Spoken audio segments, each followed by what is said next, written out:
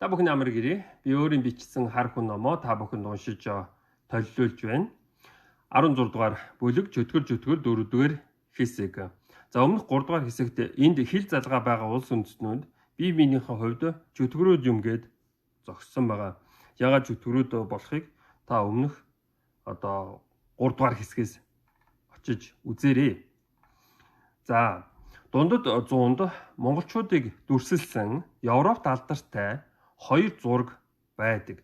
Эхний зураг Нойстад хотын бүслэл дэх монголчуудын каннибализмыг дүрсэлсэн Мэтью Парисын хаалтан дотор 1200-аас 1259 оны татарын найр нэрт бяцхан зураглал. Энэ худал үнэн гэж батлах боломжгүй.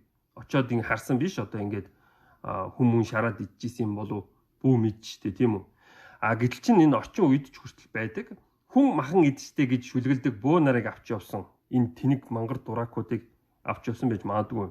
Эсвэл дайн самун болохоор бие барьж идчих гээд байдаг хятад инженерүүдийг авч явсан бол ийм улсын нэр гутаасан зүйл болсон байх магадлалтай гэж байна. Баган хятадуудыг л авч явсан гэж ярьдаг ч тэр одоо юу гэдгийг харавдаг намдаг төхөөрөмжүүдийг ажилуулахын тулд тийм үү.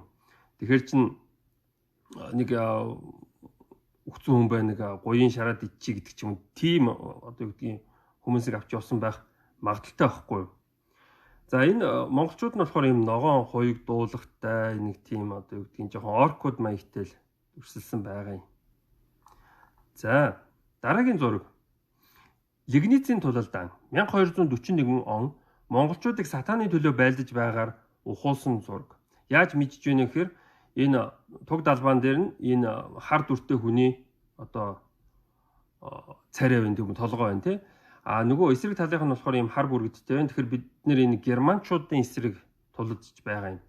За Каран судар болон Христийн шашны ойлголтоор сатан буржгар үстэй нарийн туранхай хөлтэй булчинлаг хар хүн. Интернетэд хийж болдгоо нөгөө гэр гэдэг үг байна. Энэ нөө гэрэлтэй буюу ер нь цайвар биш гэсэн утгатай гэрэлтэй биш хүн байсан гэжээ. За буддаа бол бидний шүтэдэг бас мэдэх буржгар үстэй бараан царайтай хүн юм. Буддаа цайвар шаргал царайтай байсан гэж бүү маргаарай. Учир нь буддаа лам хүн шүхэр хэрэглэхийг хорьсон байдаг. Мөн буддын шашин Мара гэсэн чөтгөртэй хамт ирдэг. Буддаг дагахгүй байгаа хар хүмүүс нь Мараг л дагаж байна гин. За энэ ийм юунууд байгаа. Буддагийн одоо нэг холбоотой одоо гэдгийг зургнууд байна. Эхнийх нь болохоор тэр Кыргызстаны газар нутг дээр олдсон юм байгаа. Энэ болохоор буддагийн одоо хар дүртэй сувенир байна. Энэ болохоор хятад байдаг л одоо юу гэдгийг үүдний манач арслангуудын нэг байгаа юм. За эртнээс буддааг арслантай холбож ямар нэгэн байдлаар буддааг арслантай холбодог.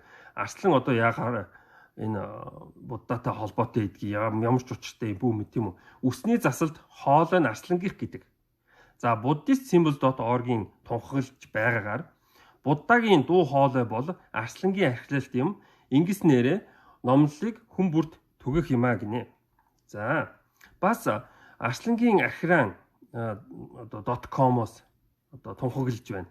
Арслангийн архилаан сайт зовлонгийн суурь шалтгаан бол мэдлэг дутмаг байдал өөрсдийнхөө мөн чанарыг болон хорвоогийн бодит байдлыг буруу ойлгох явдал юм хэмээн тунхаглаж байна.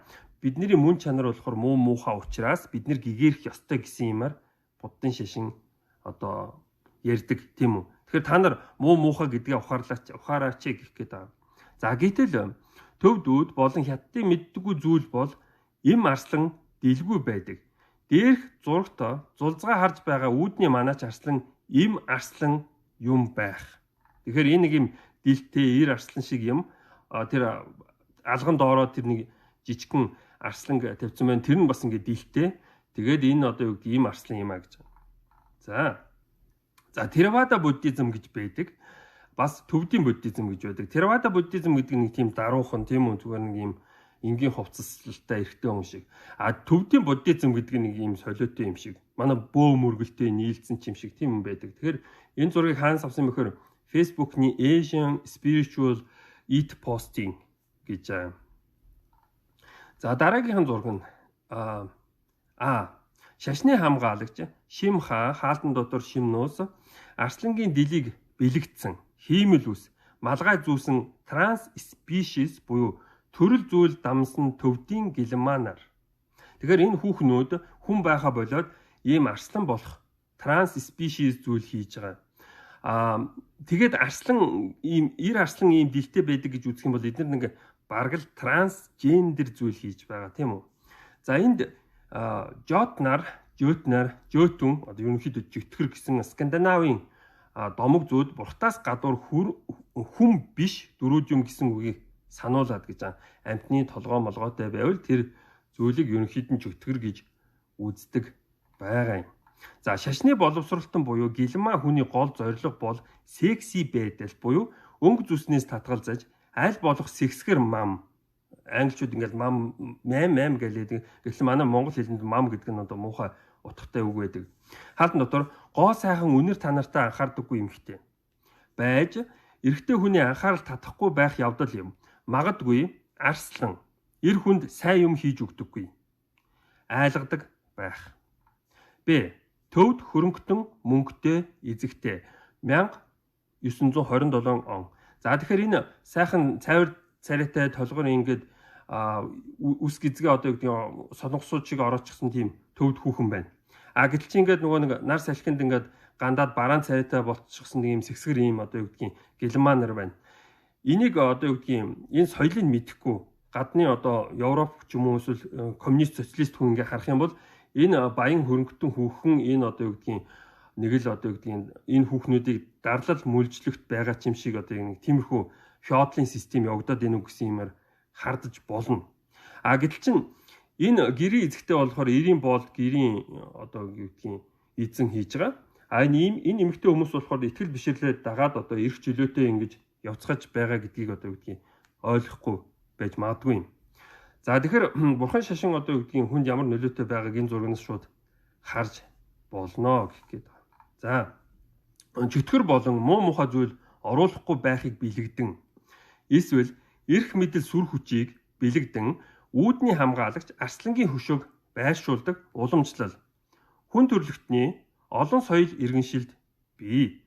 Үүдний манаж харуулуудын аль нэг нь им байх явдал ямар нэгэн утга учир байхгүй. Яагаад үүдэн дээр хоёр харуул тавихад нэг нь эмэгтэй хүн байх ёстой юм бэ гэж. Эр арслан гэлтэй гэсэн буруу ойлголт худал хуурмага хятад төвд хүмүүс их эдийн соёл уламжлал хэмээн. Зарим нь бантаад энэ арслан бишээ фүү нохой домгийн амьтан юм гин. Гэхдээ хүн бүр мэднэ. Энэ бол Шимха, энэ бол арслан. За өнөөдрийн үед нэг иймэрхүү байна. Анхаарал тавьсанд баярлалаа.